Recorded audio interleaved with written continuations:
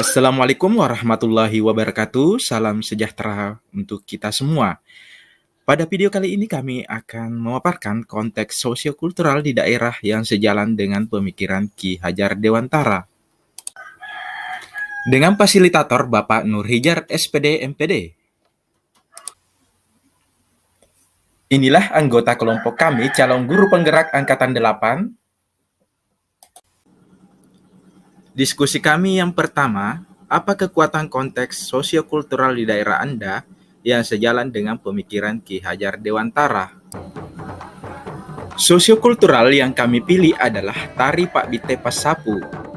Tarian Pak Bite Pasapu merupakan tarian adat Amatoa Kajang, Kabupaten Bulukumba, Sulawesi Selatan, yang hingga saat ini masih eksis di tengah pergeseran zaman dan transisi dari budaya luar.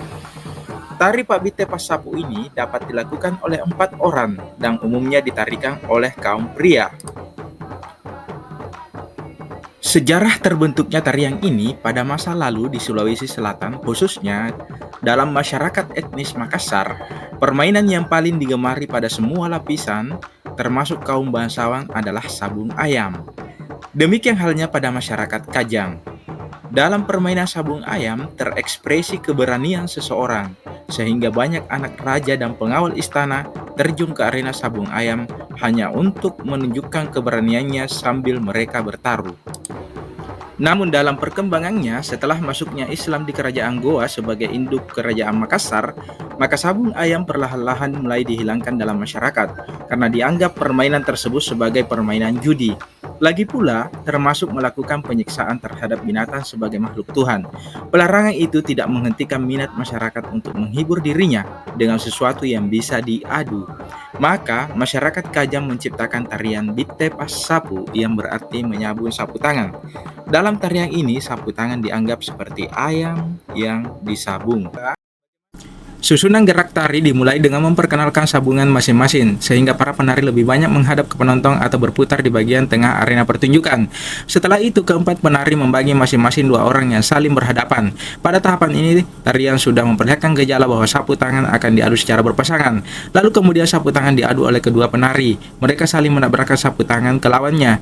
Setelah bertarung beberapa saat, lalu salah satu di antaranya terkalahkan, yang satunya menjadi pemenangnya.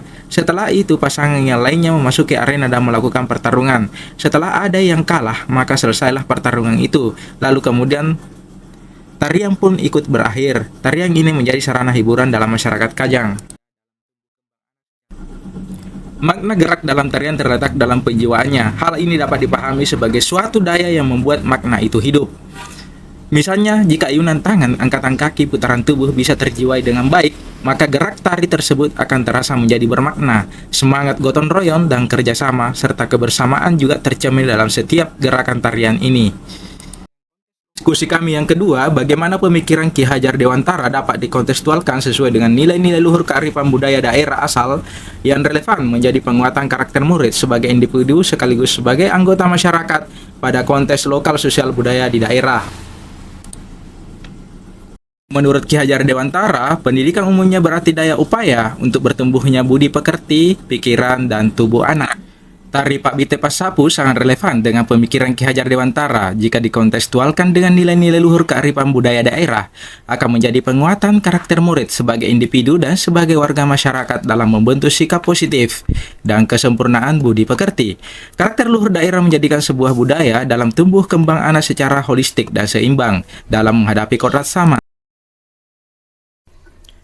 Diskusi kami yang ketiga, sepakati satu kekuatan pemikiran Ki Hajar Dewantara yang menebalkan laku murid di kelas atau di sekolah, sesuai dengan konteks lokal sosial budaya di daerah Anda yang dapat diterapkan. Kami menyepakati pemikiran Ki Hajar Dewantara yang menebalkan laku murid sesuai dengan konteks lokal sosial budaya di antaranya komunikasi, gotong royong, kebersamaan. Sistem pendidikan di ruang kelas akan terlaksana secara efektif apabila memperhatikan asas trikon dari Ki Hajar Dewantara, yaitu kontinuitas, konvergensi, dan konsentris. Asas trikon ini menjadi prinsip perubahan yang dapat dilakukan untuk mewujudkan transformasi pendidikan. Menurut Ki Hajar Dewantara, anak hidup dan tumbuh sesuai kodratnya sendiri. Pendidik hanya dapat merawat dan menuntun tumbuhnya kodrat itu. Berikut adalah proses diskusi kami.